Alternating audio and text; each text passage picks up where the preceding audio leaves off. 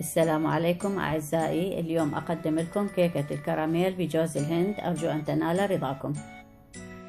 مكونات الخليط المطلوبة هي الطحين وكوب ماء مذوب ب4 ملائق من حليب الباودر، عندنا السكر، الفانيلا مع يعني ملعقة كبيرة من مبروش قشر الليمون، جوز الهند، البيض، الزيت وعصير نصف ليمونة، والبيكنج باودر وحبات من الزبيب بدون نوى.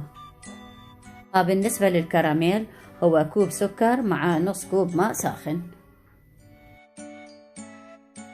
نضع السكر بإناء عميق ونذوبه على نار هادئة، ثم نضيف إليه الماء الساخن بالتدريج ونحركه بسرعة حتى يمتزج، ثم نرفعه من النار ويكون القوام ثقيل نوعا ما.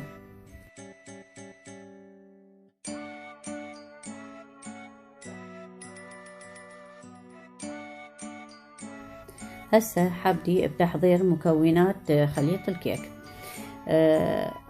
أول خطوة اللي سويتها هي خفق البيض، ثم ضفت إليه السكر والحليب. الحليب استعملت الباودر، خليت كوب مي مع 4 ملائق من حليب الباودر. بعدين ضفت لهم الزيت واستمر اني بالخلط. عصير نصف ليمونة والفانيلا مع برش ملعقة كبيرة من قشر الليمون وملعقة جوز الهند، وبعدين ضفت الطحين بالتدريج، وبالأخير البيكنج باودر، واستمر بالخلط مالتهم.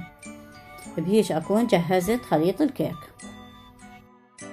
هنا حضرت القالب وجبت الكراميل، ألوث به القالب من الوسط والجوانب وأخليه شوية يدفى أو يبرد نوعا ما.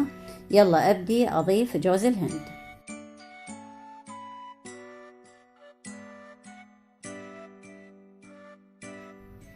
هنايا من خليت جوز الهند أبدي أضيف فوقها نصف العجين أو الخليط مال الكيك، وأوزع عليه حبات الزبيب اللي بدون نوى ملوثة بقليل من الطحين، وأرجع باقي خليط الكيك عليها. أدخل للفرن.